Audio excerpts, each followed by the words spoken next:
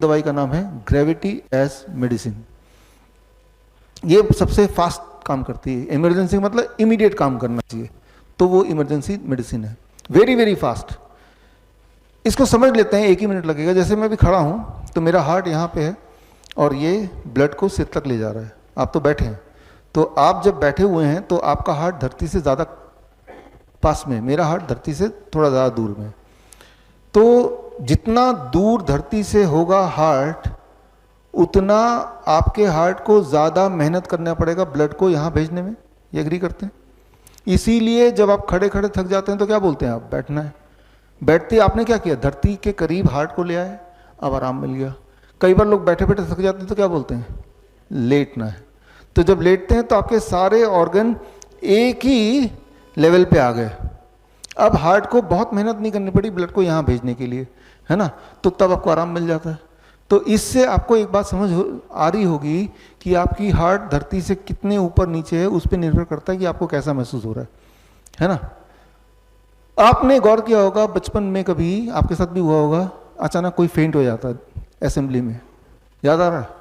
बच्चा खड़े खड़े गिर गया, और जब गिर गया तो उसको उठा के ले जाते हैं, वो लिटा देते हैं कहीं पे, वो गिरा ही हुआ तो लेटा ही रहेगा, और उसके बाद उसको पानी छिड़कते हैं, कोई हवा करता है, कोई कुछ मंत्र पढ़ता है, कुछ मिनट में वो ठीक से खड़ा हो जाता है ना? फिर जो जिसने पानी छिड़का बोलेगा पानी की वजह से हो गया, ठीक हो गया। वो जिसने मंत्र पढ़ा था, मैंने मंत्र पढ़ा तो ठीक हो गया, किसी ने हवा किया होगा तो ठीक हो गया।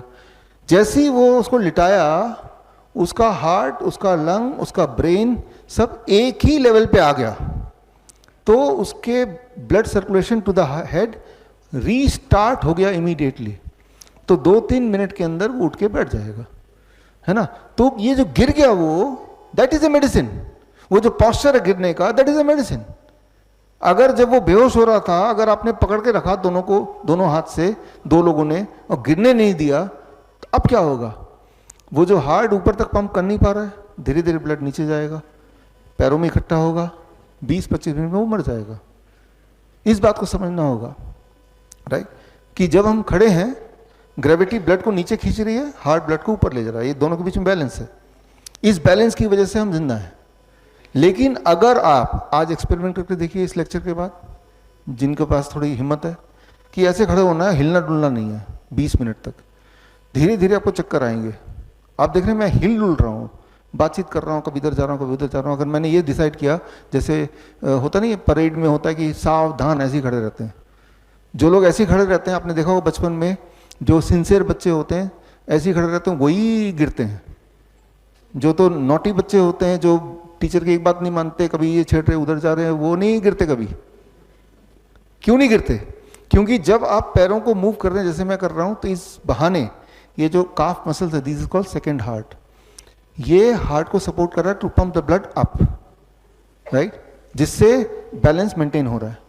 लेकिन जब मैं स्टिल खड़ा हूं तो ये सपोर्ट गायब है और हार्ट को अकेले काम करना पड़ रहा है।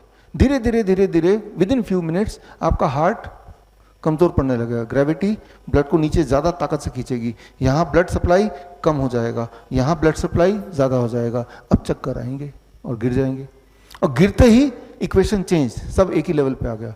ब्लड का सप्लाई दोबारा हार्ट ब्रेन को मिल गया, अब आप उड़ जाएंगे, है ना?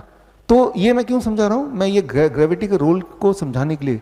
बड़ी से बड़ी बीमारी का आसान से आसान इलाज घर बैठे ही हो सकता है। अधिक जानकारी के लिए कांटेक्ट करें nearest doctor BRC clinic @home।